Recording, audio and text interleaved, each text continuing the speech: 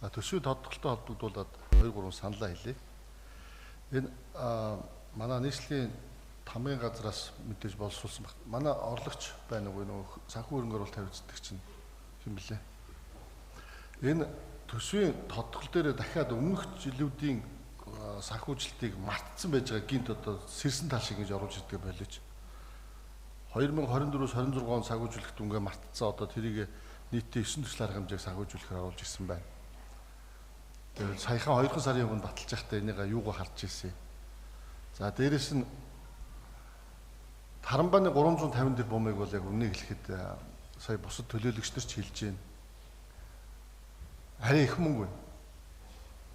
Бид нар одоо 2025 оны 12 сард чинь засгийн газраас бид нар чиглэл өгсөн шүү дээ. Төвчиж болох зардлуудаа хэмнэх 26 оны үйл ажиллагааны зардлууд дээр. За энэ бол 350 тэрбум төгрөг гэдэг бол их мөнгө. Яг нийтийн тээврийг хөгжүүлэх томоохон зорилтын хүрээнд явах нь зүйтэй. Би бол энийг хувийн хвшлэр хийх гэж байгаа юм байна гэсэн чинь одоо бараг 100% нийслэл өөрөө хийх гэж байгаа юм шиг юм орж ирж байна.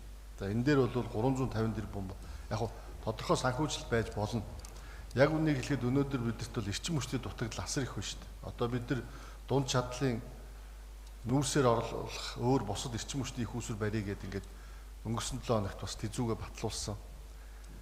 Тэгээ энэ минь төслүүд дээр жижиг одоо 10 сая доллар авах гээд чадахгүй 35 тэрбум олдохгүй явж байгаа шүү дээ. Тэгээ өнөөдөр дулаан хангамжаасаа болоод энэ гэр хорооллын дахин төлөвлөлт гэр хорооллын одоо орон сууцчлуулахын хөтөлбөрчийг хэрэгжихгүй байгаа шүү дээ. Тэгэхээр энэ төслүүд дээр анхаарал хандуулж энэ рүүгээ хөрөнгө оруулах та. Тэгээ одоо ингээд дахиад 2 сарын дараа дахиад нэг тодтол орж ирэх байх л та. Нодлон 2025 онд 8 удаа тодтол орсон. Энэ төсөв тодтоход байна гэдэг чинь өөрөө төсвийн сахилга бат өөрөө хөрөнгийн одоо тогтворгүй байдлыг бий болгодог ийм муу талтай шүү. Тийм болохоор одоо энэ төсөв тодтогж байгаа асуудал дээр бусад хороодын хурал болох бах. Энэ дээр тодорхой ирэх одоо энэ жилийн бусад инфляцийн төвшин болоод хөрөнгө оруулалт төсөл арга хэмжээнүүдэд тодорхой тооцож нэг мөсөн одоо тодтоглоо хэмээр байна. Тэгэхгүй одоо өнөөдөр 2 сарын 24-ний өдөр дахиад одоо 3 сар 4 сар дахиад тодтох юм. Тодтохмоор байгаа бол жишээлбэл 5 дугаар цахилгаан станцын 200 тэрбумыг бол дэмжиж байна. Өнөөдөр үнэхээр Монгол Улсын засгийн газар тэр дундаа Улаанбаатар хотын хувьд эрчим хүчний хомсдолд орчоод байна. Эрчим хүчнийг одоо бүгдийг фронтод гэдэг шиг бүгдийг одоо эрчим хүчээ нэмэгдүүлэх чиглэлээр арга хэмжээ авъя гэд явж байна. Энэ чиглэлээр нэмэгдүүлж байгаа бол зөв хийх ёстой. Бид өнөөдөр бол эрчим хүчний шууд хараад орно. Дээрээс нь үн тарифын хувьд улс шууд 100% даадаг юм орно. Тийм учраас эрчим хүчний чиглэлээр хийж байгаа төсөл арга хэмжээг бол дэмжих нь зөв. За нийтийн тээвэр дээр бол бид өнгөрсөн 4-5 жилийн хугацаанд бол нэлээд хөрөнгө оруулалт оруулсан. Одоо эхнийх нь 40 тэрбум 40 сая еврогийн одоо дүүжин тээвэр энэ одоо 100 ашиглалтанд орох гэж байна. За ингээд дараачих юмнуудыг ямар зардлуудаа төвчж болох, ямар зардлуудаа хөрөнгө оруулах вэ гэдгээ ангилж хиймээр байна. Тэрнээс биш нөгөө яг үнийг хэлэхэд бол нийслэлийг бүхий л төвшөндөө харж штэ. Баян айлын балгалзаж байгаа хүүхэд шиг бүх юм дээр хөрөнгөө зарж байна.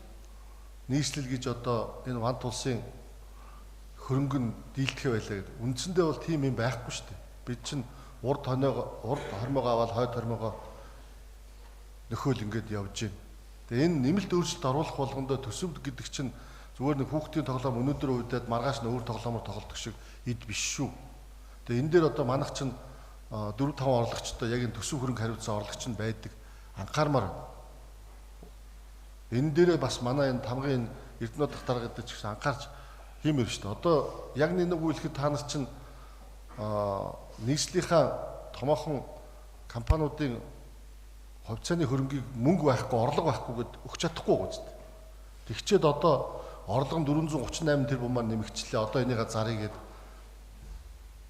Тийм болохоор энэ дээрээ бол би жоохон шүүмжлэлтэй хамдамаар байна. Бас дээрээс нь зөв юмдаа зарцуулмаар байна гэдэг ийм санал хэлмээр. Баярлалаа.